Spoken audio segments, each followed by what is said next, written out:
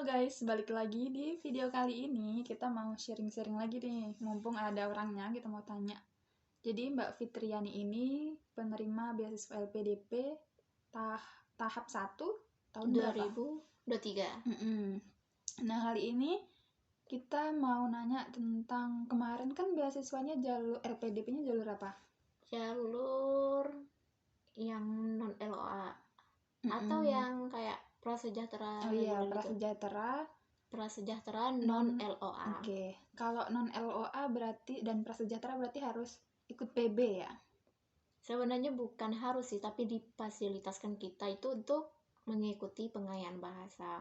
Tapi kalau misal awalnya kita daftar itu non LOA, tapi saat pengumuman itu kita udah punya LOA, kita bisa tuh milih mau intake langsung atau mau ikut PB gitu. Berarti itu kan misalnya nih udah selesai nih, maksudnya ada pengumuman LPDP gitu kan, itu langkah yang selanjutnya itu berarti ngajuin PB di websitenya dulu tuh ya? Iya, karena itu setelah pengumumannya itu selang 2 hari itu nanti ada kayak update biodata kita untuk untuk mengikuti PB gitu, mulai dari nama kita, skor TOEFL kita berapa, terus nomor rekening kita juga, lalu kita update gitu. Nanti baru mungkin selang seminggu baru diumumin kita lulus untuk bisa mengikuti PB atau enggak gitu. Gitu. Dan itu penempatannya itu memang dari LPDP gitu ya, kita nggak bisa milih atau gimana sih? Iya, nanti ada beberapa kampus gitu di tahapan aku kemarin itu ada di UI, terus ada di UPI, ada di UIN Jakarta itu, terus ada lagi di Solo, terus ada di Undip juga. Nah itu kita nggak bisa milih aku mau di UI atau mau di ini, nggak bisa sih, itu langsung ditempatkan oleh pihak LPDP-nya. Terus kalau misalnya di PB ini kan ada nih yang PB, aku dengar-dengar ada yang 3 bulan, 6 bulan, iya nggak sih? Iya. Nah itu tuh kita tahu bisa dapat segitu itu biasanya karena apa sih? Biasanya dilihat dari skor TOEFL awal kita yang kita input pas update data itu tadi ya. Biasanya kalau nilai kita di atas skor kita di atas 450, biasanya itu kita mendapatkan PB cuma 3 bulan. Kalau di bawah 450 itu kita PB-nya nanti itu sekitar 6 bulan. Gitu. Misalnya aku kan dari Jambi misalnya, terus ternyata aku juga ikut PB gitu kan. Nah itu kan dari Jambi terus misalnya dapatnya di UNS Solo gitu. Itu apakah ada untuk Solonya ya? Apakah ada transportasinya itu? Oh, iya, itu transportasi kita juga dibiayain oleh LPDP. Nanti kita dikasih link untuk ngisi pemesanan tiket. Nanti kita dipesankan oleh pihak LPDP-nya, nanti tiketnya dikirim ke kita gitu. Dan itu lebih cepat sih dibandingkan aku kemarin ya. Iya.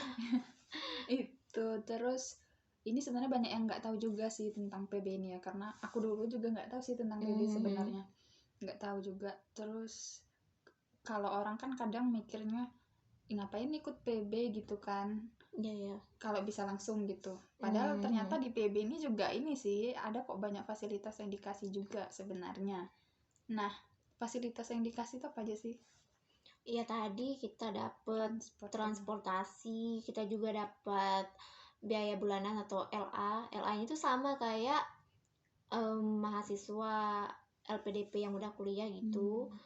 Terus kita dapat juga untuk dibiayain untuk tes TPA 1 kali. Terus kita dibiayain juga buat tes official TOEFL 1 kali.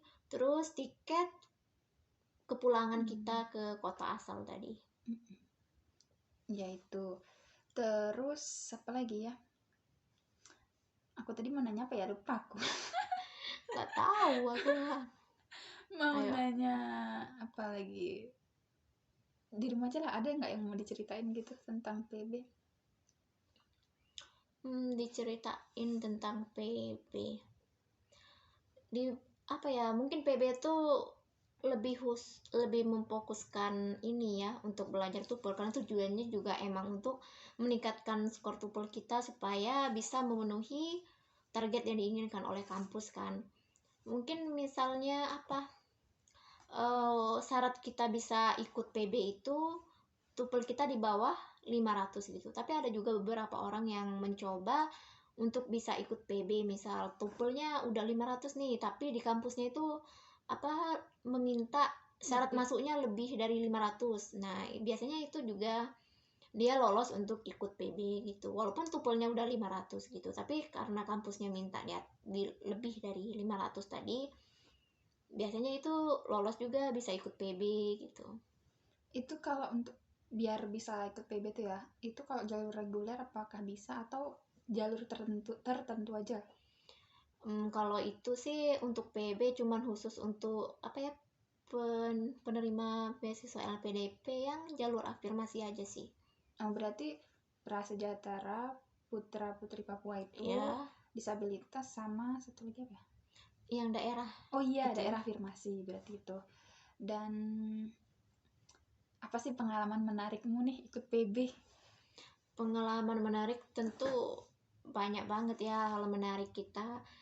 Yang awalnya nggak ada basic bahasa Inggris, tapi kita selama 6 bulan itu kelas PB itu 5 hari ya. Dari 5 hari itu mungkin beda kampus beda ya jam belajarnya, tapi aku kan dapet di Universitas 11 Maret itu kelasnya ada 5 hari.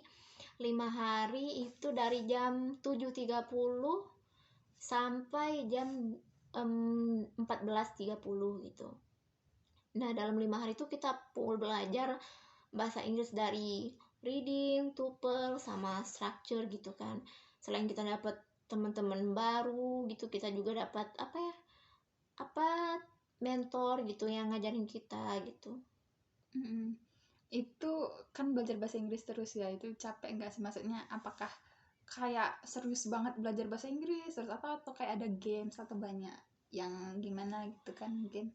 Kalau di aku sih nggak terlalu apa ya, kalau dibilang ada waktunya serius, cuman nggak apa, pembelajaran itu nggak monoton ya, nggak buka buku terus dosennya ngajar kayak gini, enggak sih, tapi diselangi dengan games gitu. Kadang juga kalau misalnya yang listening gitu, nonton film yang apa, Yang subtitlenya ya bahasa Inggris. subtitlenya bahasa Inggris gitu.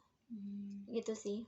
Nah, terus yang apa, yang di PB tuh biasanya ada yang namanya progress test gitu. Progress test itu untuk melihat progres kita selama PB gitu, ada nggak peningkatan skor TOEFL kita. Nah, kalau di UNS itu biasanya progresnya itu progress testnya itu dilakukan 2 minggu sekali. Jadi setiap 2 minggu sekali itu kita melakukan progress test gitu. Dan itu hari Biasanya hari Sabtu.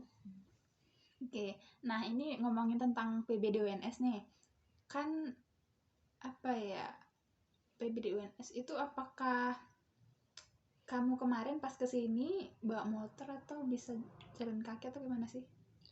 Nah, aku kemarin itu untungnya dapet kos-kosan yang nggak terlalu jauh ya, masih bisa dijangkau dengan jalan kaki. Tapi ada juga beberapa anak PB itu yang bawa motor ya, karena mungkin emang lokasi apa, Lokasi tinggal mereka? ya tempat tinggal mereka deket sama sini, jadi untuk bawa motor tuh lebih mudah. Cuman emang lebih banyak sih anak PB tuh yang jalan kaki. Kadang kita tuh jalan berrombongan gitu. Jadi kalian yang mau misal nanti mau ikut PB, kalian tuh jangan khawatir, "Ih, nanti aku jalan gini-gini," atau merasa minder sama orang yang bawa motor. Itu kayaknya nggak perlu ya, karena kebanyakan tuh ya emang mereka tuh ya jalan kaki gitu. Intinya kayak jangan takut lah nanti aku di sana gimana ya gitu. Iya, Padahal iya, kalau iya. anak PB memang pada rata-rata jalan kaki Iya, sih. Aku lihat rata-ratanya semuanya teman-temanmu tuh pada kayak jalan kaki. jalan kaki jauh tuh ini banget, telap.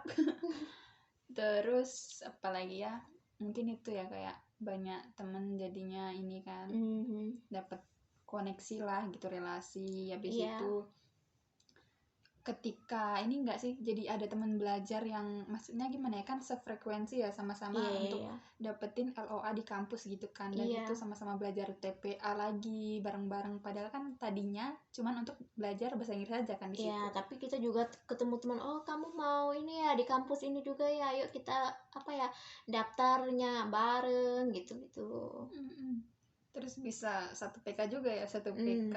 Terus ternyata banyak juga nih yang tujuan kampusnya sama gitu, dan ada juga yang kayak daerahnya tuh misalnya dia kan di UPI Bandung kan, oh ternyata ada juga nih temen yang emang asli Bandung dan dia di situ juga gitu. Nah nanti mereka tuh bisa bantu kita gini loh cara ke Bandung, gini loh Bandung tuh gini gitu. Ya itu guys, jadi itu seputar PB. Jadi banyak banget benefit yang kita dapetin guys. Oke guys, segitu dulu video kali ini. Terima kasih sudah nonton. Nggak tahu sih nonton apa enggak orang. Oke, jangan lupa subscribe dan like. Udah kayak YouTuber. Ya udah, bye. Kurang lengkap kita bahas PB ini. Ya, nggak apa-apa.